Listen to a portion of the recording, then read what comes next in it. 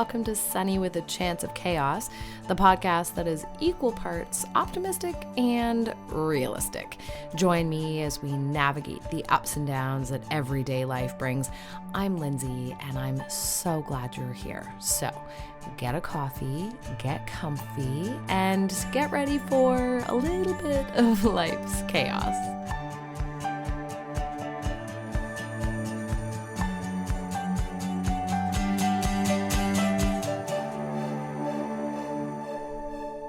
Hey everyone. Well, here we are. We have hit episode 15. We did it. I'm ready to take a pause and reflect on where we were and where we are now and maybe where we're going. I want to think about season 1. I want to think about what's gone well. And most importantly, what episodes the listeners have reflected upon throughout the season. So for the season finale, you don't have to listen to me. Well, you do have to listen to me, but these aren't my words. I have compiled a collection of thoughts and feelings and ideas and stories and reflections for you as we wind down season 1 of Sunny with a Chance of Chaos. And these stories, for the most part, came from you, the listener. So you don't have to listen to my words the whole time. Creating this podcast was a life highlight for me. The learning curve was steep. It has been very steep. There have been multiple nights of fighting with audio and wrestling with hardware and software and tears and laughing and texting friends and rewriting and writing and rewriting. But each and every single release Monday, it was worth it. I loved it. I loved all of it. And I can say with sincerity that the best part was when I heard from you all after you listened. The number of times I had people text me or come up to me at work or friends call me and say, OMG, me too.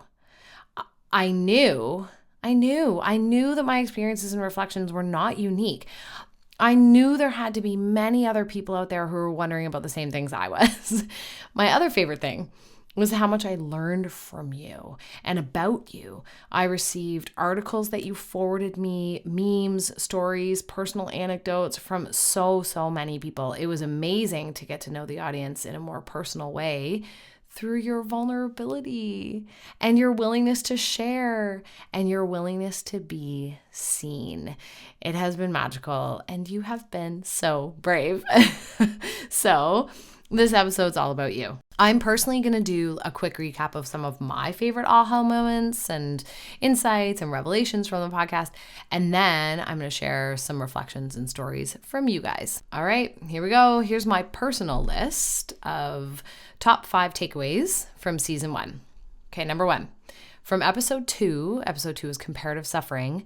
The big aha moment from this episode was, for me, the use of and instead of but. This has been instrumental for me in my relationships and in my ability to show genuine compassion for other people. So here's what it said. Here's a short lesson in semantics that might help you with providing empathy to someone who's struggling or to your own beautiful self when you're struggling. I recently adopted the practice of replacing the word but with the word and. In most of my speaking, writing, and thinking, this is one of the basic tenets of something called emotional coaching. When you use the word but, it only serves to negate everything you've said before it. However, the word and validates it.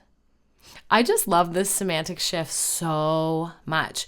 So much value added in just a little 3-letter word. Okay, second takeaway.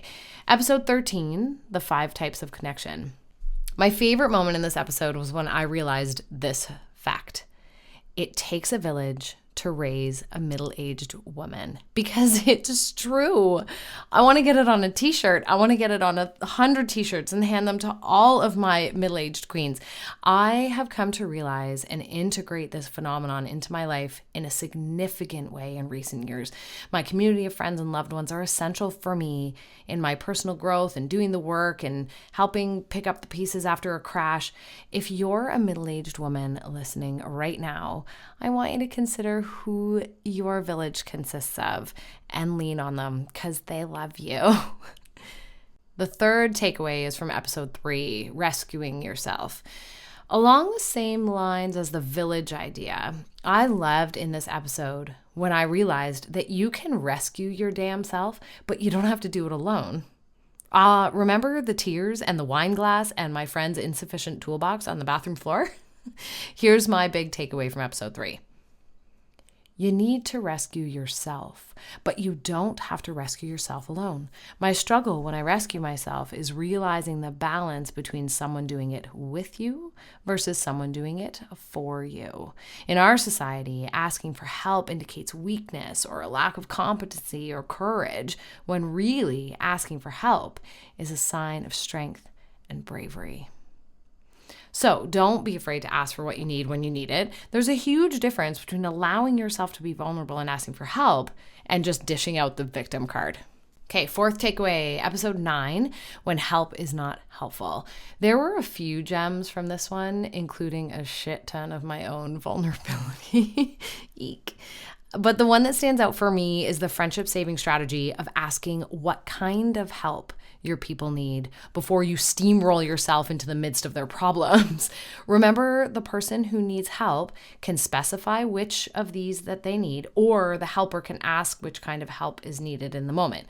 And the 3 options are this. Number 1, react with me. This means feel mad with me, cry with me, feel sad with me, whatever the appropriate feeling is, empathize with it. Second one is hold space for me. This just means see me, hear me, be with me. There's no need for reaction. Just let me know you're there. The last one is help me. This option is more action oriented. It involves actual brainstorming and problem solving, solution-based outcomes. So what we learned in that episode was that front-loading helping situations by establishing the type of help that's required can go a long way in the help actually being helpful. I definitely learned that the hard way. Okay, the last takeaway for me is from episode 10. Episode 10 was ego, vulnerability, and shame. My big takeaway from this episode was the fact that these 3 things are inextricably linked. Our egos like to safeguard us from shame by refusing to allow us to be vulnerable. Let me say that again. Our egos think they need to keep us safe from shame by not allowing us to be vulnerable, but it doesn't have to be like this because vulnerability doesn't have to lead to shame.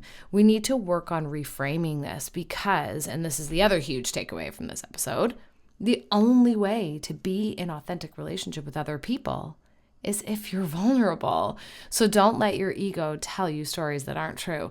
Vulnerability is a fierce and beautiful strength, not a weakness. A quote I've heard and loved since this episode came out is, be yourself so that the people who are looking for you can find you. And without vulnerability, our people will never be able to find us. Okay, there's my top 5. But here's the important part. What did you have to say about it? What places did these themes and ideas show up in your life? I had conversations with a few listeners to see what resonated with them. The list that's coming at you right here is compiled from conversations and text messages and emails and voice memos and all kinds of things. The stories you're about to hear are anonymous as well. So maybe you'll recognize your own story. Maybe you'll recognize someone you know's story. Here's a reflection from episode 13, the 5 types of connection, from one listener. Lindsay, this was an excellent episode. I really enjoyed the 6th type of connection, energetic intimacy. I believe wholeheartedly that we are all connected in this universe as one, but that there are few who know how to tap into this power or even know how to feel it. I think I have spent a lifetime inside my head trying to understand which galactic system my energy comes from. So when you find someone whose sentences you can finish, or text them exactly when they're texting you, or even just a silent understanding of each other without a word spoken, that is very special and magical, and it might be the most powerful intimacy of all time. I believe the world would be better if we didn't try to confuse pure emotion with too many fancy words. Great reflections. Thanks so much for listening. All right, here's another one. This one's from episode 1. Episode 1, the OG, was toxic positivity. Lindsay, a thing that stands out for me throughout this season has been your ability to share anecdotes with humorous self-deprecation. These offer a lot of ahas and thoughtful reflections on the relationships in my life. With children in university, wanting to pull a Pollyanna out of my ass and tell them that everything will be fine is a daily struggle. Episode 1 helped me learn instead to state the truth, which is, I know this is hard right now, and it's going to be hard for a while, and it's not about immediate gratification. It's about sitting in the mud and knowing that I love you and that your people are here for you in the mud too. Oh, that is a beautiful story. Thanks so much for sharing. It's awesome. And it reminds me of another tattoo that I have that relates directly to this. I have a lotus flower on my foot. And the story behind this is that lotus flowers, or water lilies, grow in the grossest, muckiest, muddiest swamps. And they require the nutrients from that muck in order to grow and be their most beautiful selves. See? No mud, no lotus, no struggle, no beauty. So thank you so much for sharing that story about your kiddos in university. All right, this one's from episode 2, comparative suffering. Lindsay, this one really hit me after I heard you say comparison is the thief of joy. This was a massive shift for me because I had never considered, even in the world of social media that we now live in, and in the world of, all the way back to even being in junior high, I had never paused and thought about the toxicity of comparison. And hearing that quote made me go, wait, you mean I'm not supposed to do that? And I'm just supposed to focus on the struggle that is mine? That was a stage 3 shocker for an empath such as myself. Here's one about episode 5, being assertive versus being an asshole. So, in my daily life, my partner refers to any assertiveness in females in a semi-humorous, sarcastic undertone as bossy. We have many discussions about how one cannot call a woman bossy. It is not okay. A female, actually a human in general, should be allowed to assert their ideas and opinions into the world without fear of repercussion or name calling. Bossy has thus become a bit of a bad word in our household, a bit of a swear word, and regardless of whether a person is assertive or aggressive, they're still allowed to state their thoughts and opinions in the world. Assertive females do not equal bossy females. Well put. Thank you. Thanks for your letter. That's awesome. Okay, here's one from episode 12, how we use our time. Okay, this was a fun one to write, actually. All right, here's the letter. This episode really gave me an opportunity to consider where I spend versus invest my time, which is a concept I really hadn't explored before. Lindsay, when you broke down the amount of actual time we have in a week to discover a whopping 2 hours per day of free time, I really had to stop and think about my days. Even taking 7 to 13 minutes in the morning for stretching or working out, or even just consciously breathing, has been a positive game changer in my life. However, I also appreciated the fact that if I wanted to watch a stupid reel of cats being scared by cucumbers and that calms my mind, then that's okay too. Thanks for framing this in a way that has helped me on a daily basis. Well, you're very welcome. I'm so glad. Okay, here's one about rescuing yourself, which was episode 3. Dear Lindsay, I was so inspired by your episode on rescuing yourself that I did the impossible. I set a mousetrap in my basement ceiling tile, and instead of calling any given man who would come and deal with that rotting mouse carcass, I put on a hat. I yelled out loud in my house by myself, I can rescue myself! And I got the dead mouse down from the ceiling my damn self. Thanks for inspiring me to solve my own disgusting problems. That's amazing. I'm so glad. I'm so happy that you don't have any more dead mice in your ceiling. Okay, this section is a few thoughts and stories from one listener on a variety of episodes, but ultimately this is all about type 2 fun. Lindsay, my top 3 episodes that I have received the most takeaways from were self-care, type 2 fun, and making the most of your time. The biggest change I made in my life after listening included some new self-care routines. One is the practice of soul collage, and this is a form of therapeutic outlet. It's creating collage for therapy, and I absolutely love it. When I first started this new practice, I needed to have as many magazines as possible in my house so that I could collage at any given moment, because this is actual therapy. So I found someone on Facebook Marketplace that wanted to sell me all their old National Geographics. Little did I know they lived nowhere near my house in the middle of nowhere. So I'm heading out to pick up a kid from a practice late at night, and I'm driving and I'm following my GPS, and suddenly I'm on a dirt road in the countryside. I don't know where I am, and I feel like I'm in a horror movie. I pull up to the address where these stupid National Geographic are supposed to be, and it's a farmhouse in the middle of nowhere. There's not a soul around. So I text the person from their driveway, and they don't answer, and I'm mad because I've paid for these National Geographics, and I've driven out of my way, and I want them, but I'm also pretty sure I'm going to be murdered in the countryside, and my body will be wrapped in a rug and buried. I finally get up the nerve to get out of my car with the high beams on this farmhouse, knock on the door, and no one answers. So I knock again, and it's like a little porch entranceway. So I decide to open the entranceway and knock on the other door. I open the door, and 2 chickens come flying out, flapping everywhere in the entranceway. Chickens. I race back to my car. I'm freaking out. I finally leave to go pick up my kid, and the guy calls me back.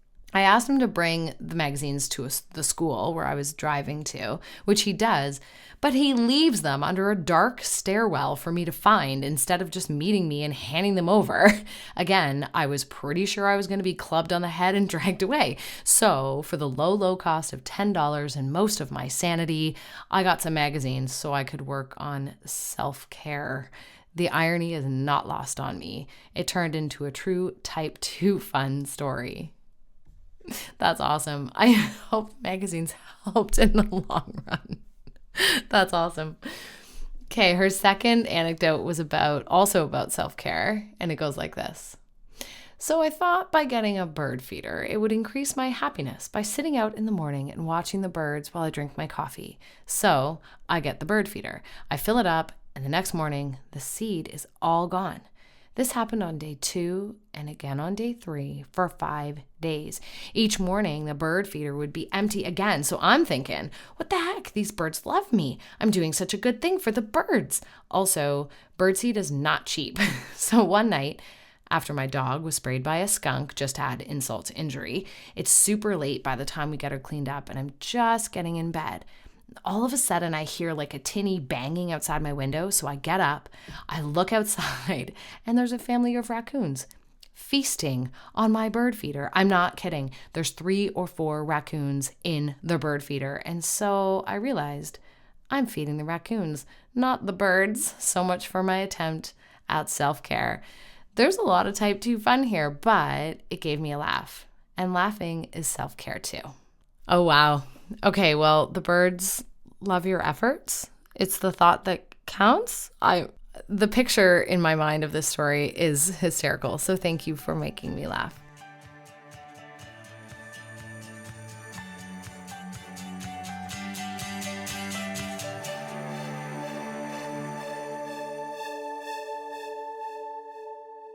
Finally, we're going to go to the gratitude moment. I'm skipping the stacks this week because you guys were the stacks, so I'm skipping the stacks.